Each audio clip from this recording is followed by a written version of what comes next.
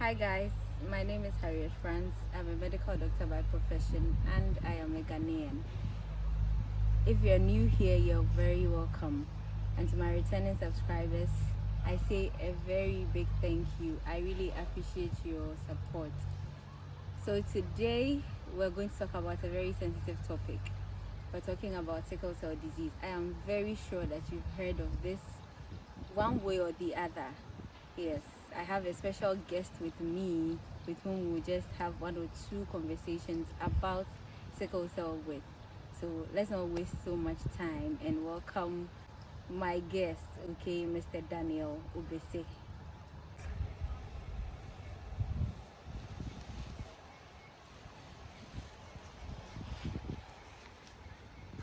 Okay, so Mr. Obese, you're welcome to the doctor's quarters. Thank you. How are you doing today? You're doing well. All right. So, I mean, like I said, you are like a sickle cell patient, right? Okay. So I want to know how long it's been since you found out about your condition. Long. Since I was like one. Wow. Okay. In the hospital. Yes. Why were you sick? You were sick and then they took you to the hospital and then they found out. Wow. Okay. That is serious. Okay. So what's your educational background like? SHS. You were able to complete SHS? Yes. Okay. Like in a boarding school or you were home? You were going from home. Okay. Okay. All right. But how is it? Like, how has it been like? It been? It has been tough, Yeah, managing it. Okay. So, did it affect school? Your schooling? It did. How? sometimes you have to be at the hospital on admission.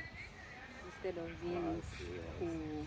Yeah. I mean, we've all been to school, so even those of us who were fine and had to be in the classroom all the time, Charlie, it wasn't easy.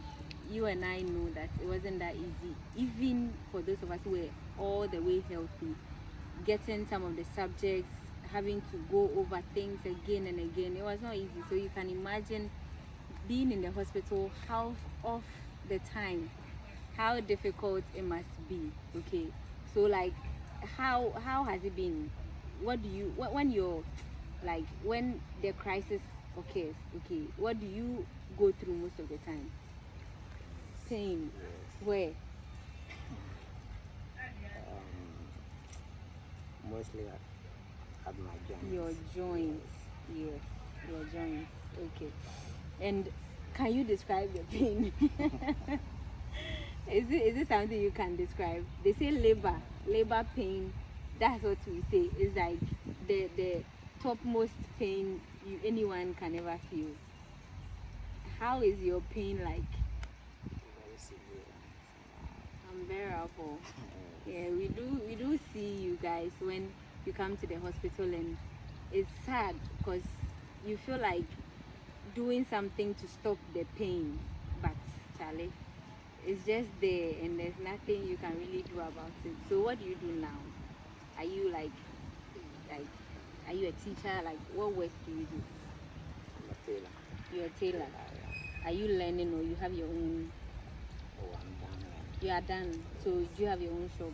You don't have your own shop yet. Oh, okay. Okay, but financially, how has this thing also affected you? Yes. I think even maybe before we get to that, how old are you? I don't know if any one of you can guess. The first time I saw him, I tried. I guessed. And I was way totally wrong. Okay, so maybe you have a number in your mind, but let's listen to him. Okay, how old are you? 33. Please say it again. 33. 33. Wow. Okay. Okay. So financially, how has this affected your life? Financially.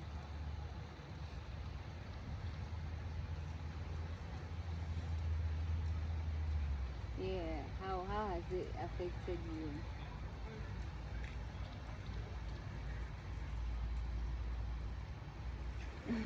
Oh, just take your time. Don't worry. How is it? How is it been? Are you okay financially? You are not okay financially. Okay, so maybe I can put it another way. In a year, how many admissions do you go through? Hospital admissions. How many times are you admitted in a year? Can you remember?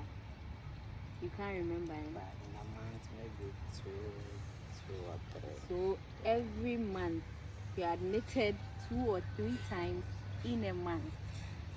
And at least, okay, at least I mean I was in the surgical unit the first time I saw him. I was working at the emergency when I saw that he was in pain and he was wailing, okay? And the nurses kept complaining that they just gave him pain medication, so they didn't understand why he was like in so much pain and he was wailing and all that. They'll give again, and immediately after some few minutes, he still feels like he's in pain again. So that's how come that was our encounter. That was, I think, last month there. And then the next time I saw him was on the ward. I was still a surgical house officer, so I didn't, he wasn't my patient, but I was reviewing my other patients and I saw him and I recognized him. I was like, hey, you are back here on the ward. Then that was like a week ago and he was discharged over the weekend. Then the next week, I think I came to work on Tuesday. Now I was in medicine, a medical house officer, so I was supposed to review the medical cases, and then I chanced on him. I was like, I saw you here last week and you are back again this week. So at least every week it's like he comes here.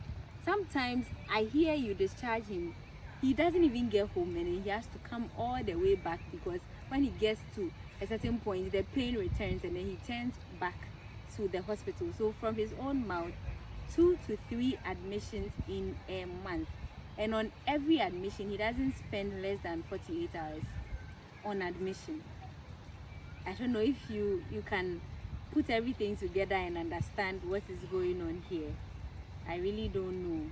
Okay, yeah, so so now that you don't have your own shop or anything, do you like sew for people? You do sew? So you have like a machine at home or something that you use in the house and then you sew with it. Okay. And then when you are admitted, okay, every time you're admitted in a hospital, like an estimate of how much you pay every single time you come to the hospital. Yes. When you come and they discharge you and you are going, how much do you have to pay on an average? Not less than 500. And you are admitted 2 to 3 times in a month. That's, we are looking at 1,005 cedis every single month for somebody who is not working, like somebody who doesn't have his own shop. Are you the only child? How many are you? You are 4. Okay. So are you the only one? You are the only one who has a sickle cell disease. The rest are all fine. Wow. Thank you very, very much for sharing your story with us. Okay. Yeah, we really do appreciate, right? Okay. So yes. So back to you and I. Okay. I brought him on just so that this becomes personal. I'm very sure I'm not the first person who is mentioning sickle cell to you. I'm very sure you've heard it somewhere and all that. People saying it is important that you go and test and then know your status. I'm very sure. But you watching me, have you done that yet? Sometimes we think it's not really a big deal, but it is. It is. The pain they go through, trust me, it is not easy. When they come, watching them scream and mourn, and there's absolutely nothing you can do about, because whatever is happening is targeting the basic source of life, which is your blood. That is what this disease does. It's not something that outwardly, oh, they are feeling cold, let's cover them up.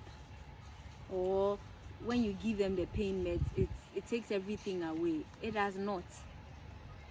Okay, it affects their education, their quality of life, their social life. I mean, financially, I can't even begin to talk about it. It does affect them a lot. So please, if you do not know your status, get to a hospital close to you. Don't consider the cost of dealing with a child with sickle cell. It outweighs whatever it is that you have to pay now to know your status. And let's normalize asking for sickling status on our first dates. I am SS. What's your status? Ask and act on it. And I know there are misconceptions that, oh, if I have 4 children, one of them is the possibility is 1 out of 4. It's not true. It's not true. Every one child you have, there's a 25% chance that you will get sickle cell. There is a 25%. If you are someone who is AA, if your sickling status is AA, you are safe, right? But if you are AS or SS, then you will need to make it a point to inquire of your partner's status as well before you go into it, or before you do whatever it is that you do. Do you get what I'm saying? And so the question I asked him to those that have the disease, those of you who are watching me who know your status, okay, and you are SS or SC, your triggers, I don't know if you know your triggers, but what it is that the things that trigger your crisis that you have most of the time is cold, the weather, when it's very cold, okay, and then when you overexert yourself, like you exercise more than you have to. Do you understand? And then when you don't take in a lot of water and you become dehydrated, and infections like malaria. So you want to look at some of these things, okay? Don't expose yourself to extreme weathers like too much cold, or when the weather is too hot, okay? As well as you make sure that you cover yourself up at night. If you have a mosquito net, you lie in it and all that, to prevent some of these things from happening. So yes, we've come to the end of this video. I hope you learned a thing or two. I hope you share the video. If you haven't subscribed, I don't know why you haven't yet. Please hit on the subscription button and then the notification button as well, and share it with your friends. I'll be coming your way next time. Until then, it is goodbye.